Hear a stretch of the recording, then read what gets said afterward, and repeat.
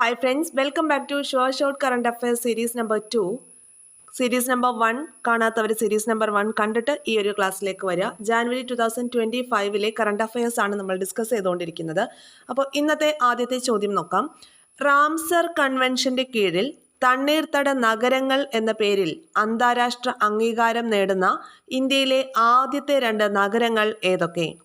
Ramsar കൺവെൻഷന്റെ കീഴിൽ തണ്ണീർത്തട നഗരങ്ങൾ എന്ന പേരിൽ അന്താരാഷ്ട്ര അംഗീകാരം നേടുന്ന ഇന്ത്യയിലെ ആദ്യത്തെ 2 നഗരങ്ങളാണ് ഉദയ്പൂറും ഇൻഡോറും. ഉദയ്പൂർ ആൻഡ് ഇൻഡോർ. അടുത്തൊരു പദ്ധതിയാണ് സമന്വയ. എന്താണ് സമന്വയ പദ്ധതി? അതിദരിദ്രരില്ലാത്തതും വയോജന ഭിന്നശേഷി സൗഹൃദവുമായ നഗരത്തിന് വേണ്ടിയിട്ട് കോഴിക്കോട് കോർപ്പറേഷൻ നടപ്പിലാക്കുന്ന പദ്ധതിയാണ്. എന്താണ്? അതിദരിദ്രരില്ലാത്തതും അതുപോലെ വയോജന ഭിന്നശേഷി സൗഹൃദവുമായ നഗരത്തിന് വേണ്ടിയിട്ട് കോഴിക്കോട് കോർപ്പറേഷൻ നടപ്പിലാക്കുന്ന പദ്ധതിയാണ് സമന്വയ. സമന്വയ പദ്ധതി നടപ്പിലാക്കുന്ന കോർപ്പറേഷൻ ഏതാണെന്ന് ഓർത്തു വയ്ക്കണം. കോഴിക്കോട് കോർപ്പറേഷനാണ്. അതുപോലെ 2-3 പുസ്തകങ്ങൾ നോക്കാം. കാണായ്മ എന്ന പുസ്തകം ആരുടേതാണ്? PF മാത്യൂസിൻ്റെ പുസ്തകമാണ് കാണായ്മ.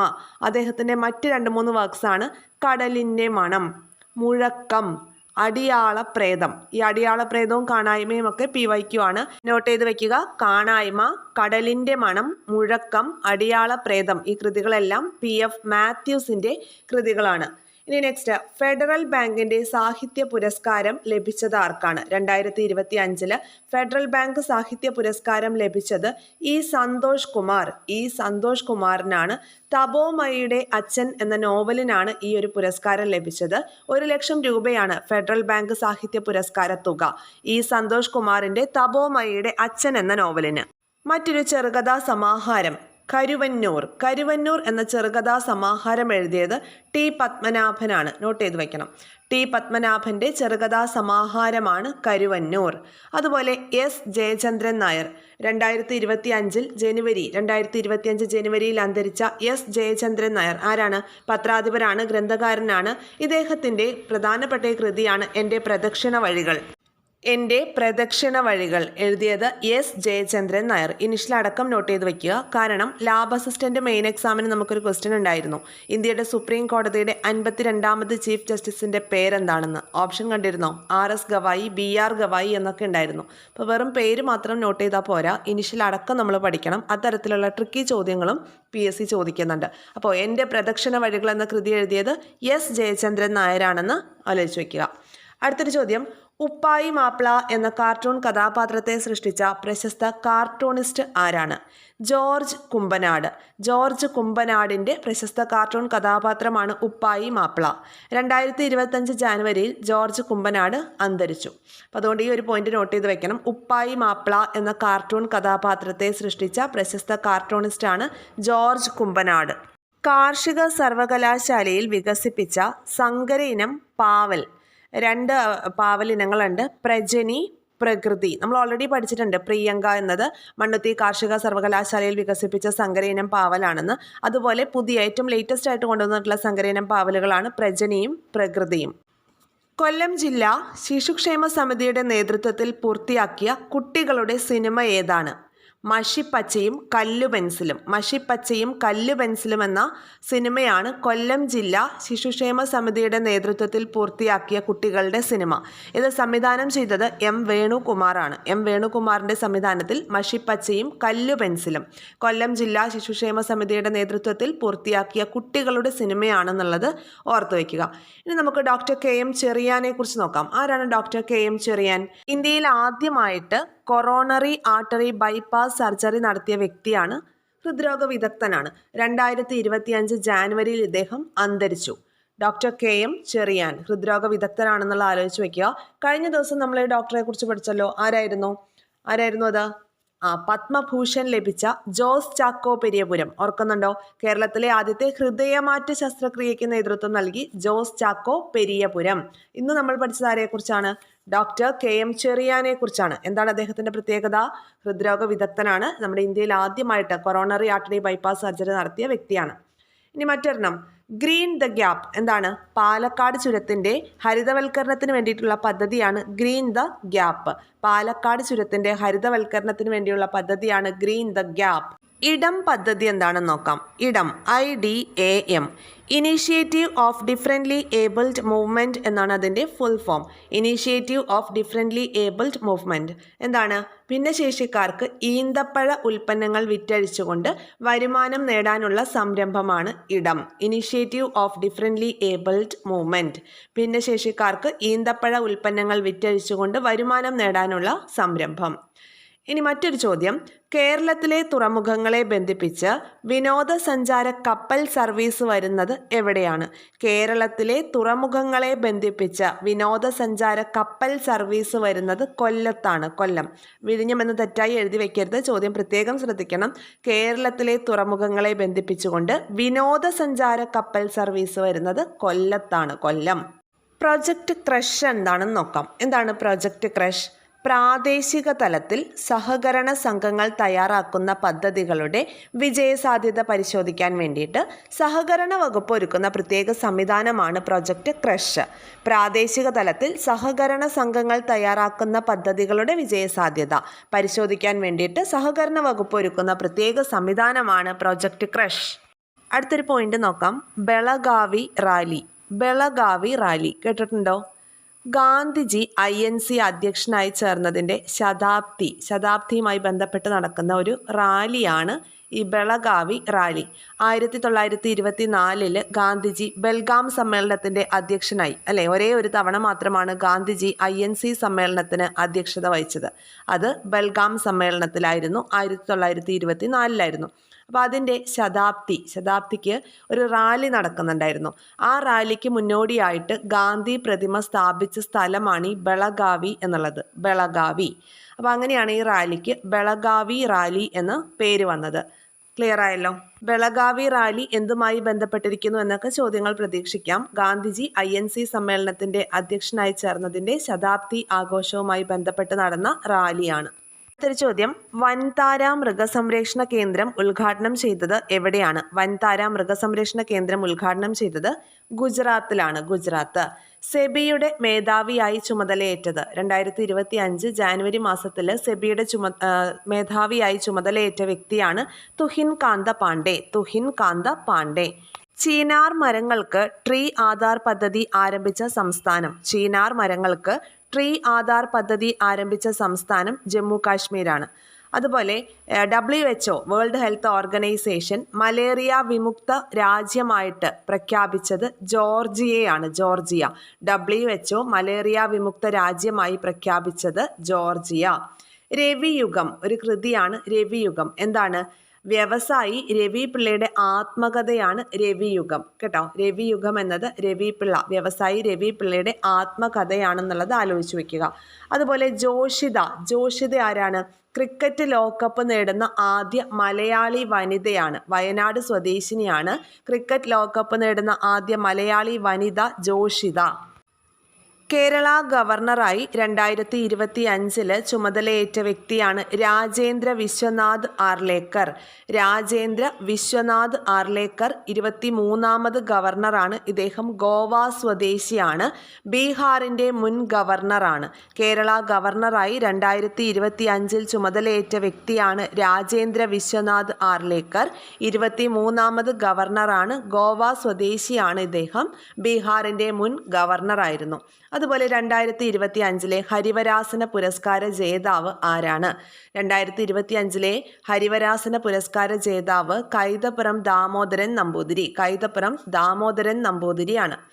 18ാമത് പ്രവാസി ഭാരതീയ ദിവസ് 2025 18ാമത് പ്രവാസി ഭാരതീയ ദിവസമായിരുന്നു. ജാനുവരി 9 പ്രവാസി ഭാരതീയ ദിവസ്. അതിൻ്റെ വേദി ഭുവനേശ്വരാണ്. ഓർത്തു വയ്ക്കുക, ഭുവനേശ്വർ.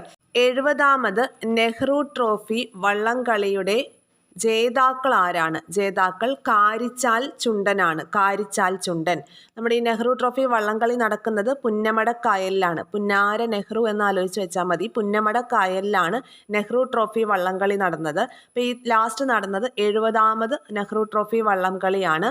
അതിൽ വിജയിച്ചത് കാരിച്ചാൽ ചുണ്ടനാണ്. കാരിച്ചാൽ ചുണ്ടൻ. അതിൻ്റെ ഭാഗ്യചിഹ്നം നീലു എന്ന നീലപ്പൊന്മാനാണ്. ഈ നീലപ്പൊന്മാനെ വരച്ചത് ആരാണ്? KV വിജിമോളാണ് കേട്ടോ. KV വിജിമോളാണ് ഈ നീലു എന്ന നീലപ്പൊന്മാനെ വരച്ചത്. കാരിച്ചാൽ ചുണ്ടനാണ് ജേതാക്കൾ എന്നുള്ളത് ആലോചിച്ച് വയ്ക്കുക. ഇനി മറ്റൊരു പോയിന്റ് പറയാം. 2025 അമേരിക്കയുടെ പരമോന്നത പുരസ്കാരമായിട്ടുള്ള പ്രസിഡൻഷ്യൽ മെഡൽ ഓഫ് ഫ്രീഡം നേടിയ ഫുട്ബോൾ താരം ആരാണ്? 2025 അമേരിക്കയുടെ പരമോന്നത പുരസ്കാരമായിട്ടുള്ള പ്രസിഡൻഷ്യൽ മെഡൽ ഓഫ് ഫ്രീഡം നേടിയ ഫുട്ബോൾ താരം മെസ്സിയാണ്. മെസ്സി. 2025 ജനുവരിയിൽ ബ്രിക്സിൽ ഒഫീഷ്യലി അംഗമായ രാജ്യമാണ് ഇന്തോനേഷ്യ. 2025 ജാനുവരിയിൽ ബ്രിക്സിൽ ഔദ്യോഗിക അംഗമായി ചേർന്ന രാജ്യമാണ് ഇന്തോനേഷ്യ.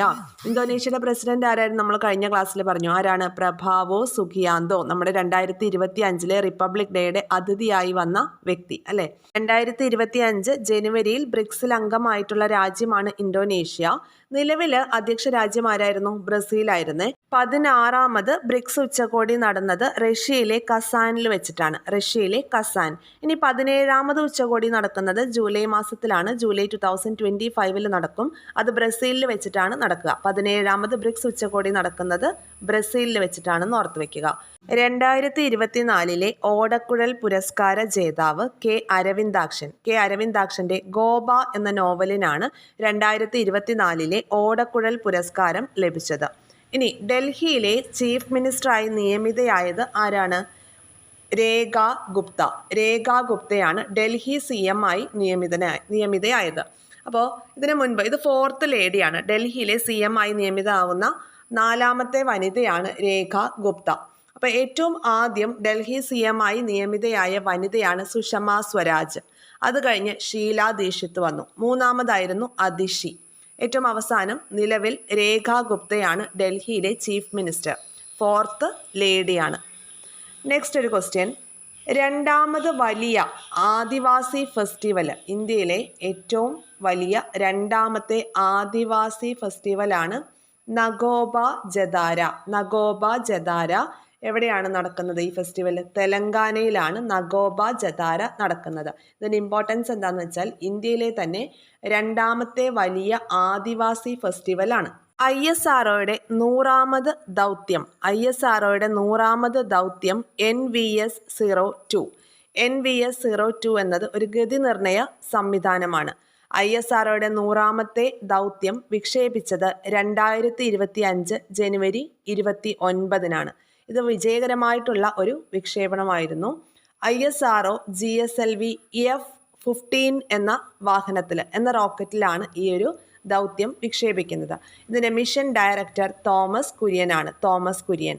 റുബീഡിയത്തിൻ്റെ ആറ്റോമിക് ക്ലോക്കും ഈ ഒരു വിക്ഷേപണത്തിൽ ഉണ്ടായിരുന്നു. റുബീഡിയം ആറ്റോമിക് ക്ലോക്കും ഉണ്ടായിരുന്നു ഈ ഒരു വിക്ഷേപണത്തിൽ. ഓർത്ത് വയ്ക്കുക. NVS-02 GSLV F-15 എന്ന റോക്കറ്റാണ് യൂസ് ചെയ്ത വാഹനം. ഗതിനിർണയ സംവിധാനമാണ്.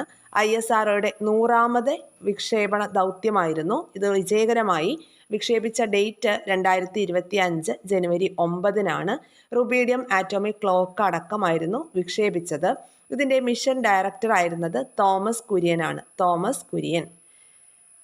ജ്ഞാനേഷ് കുമാർ. ആരാണ് ജ്ഞാനേഷ് കുമാർ? 26ാമത് മുഖ്യ തെരഞ്ഞെടുപ്പ് കമ്മീഷണർ ഓഫ് ഇന്ത്യ.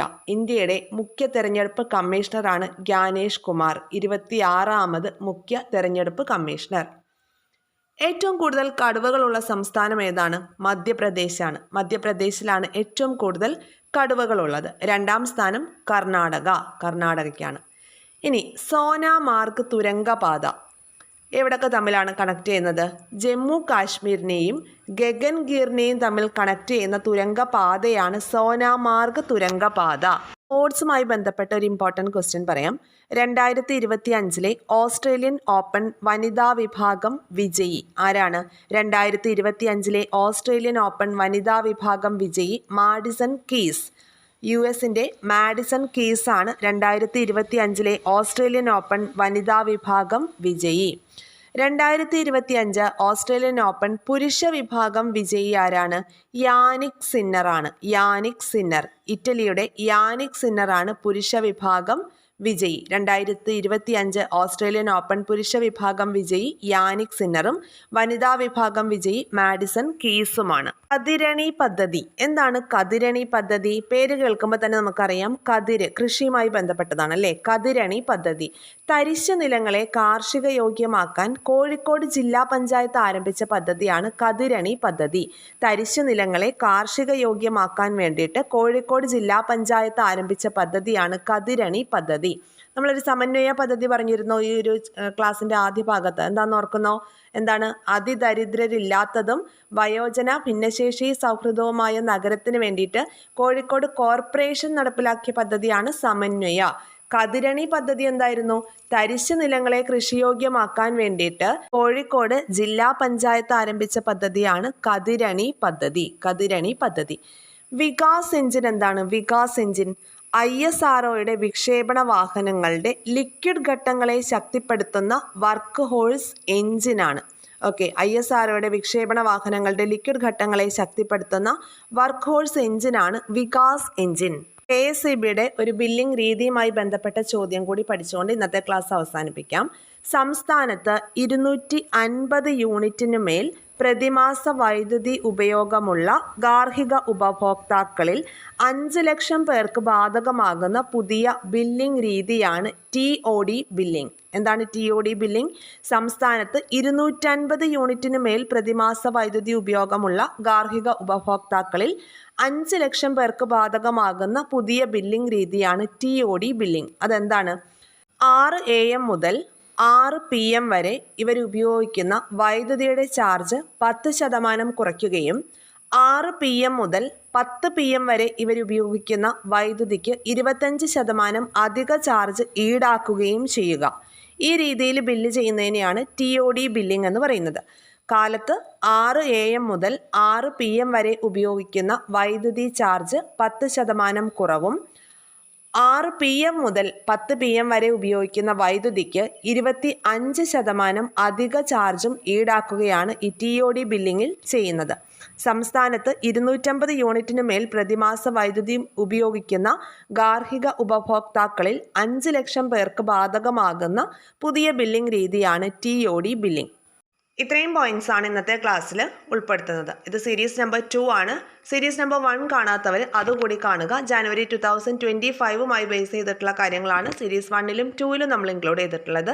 ഇതുപോലെ യൂസ്ഫുൾ ആയിട്ടുള്ള വീഡിയോസ് തുടർന്ന് ലഭിക്കാനായി ചാനൽ സബ്സ്ക്രൈബ് ചെയ്ത് സപ്പോർട്ട് ചെയ്യുക. ഷെയർ ചെയ്ത് ഫ്രണ്ട്സിലേക്ക് കൂടി എത്തിക്കുക. നിങ്ങളുടെ ലൈക്സും കമൻസും എല്ലാം പ്രതീക്ഷിക്കുന്നു. Thank you all.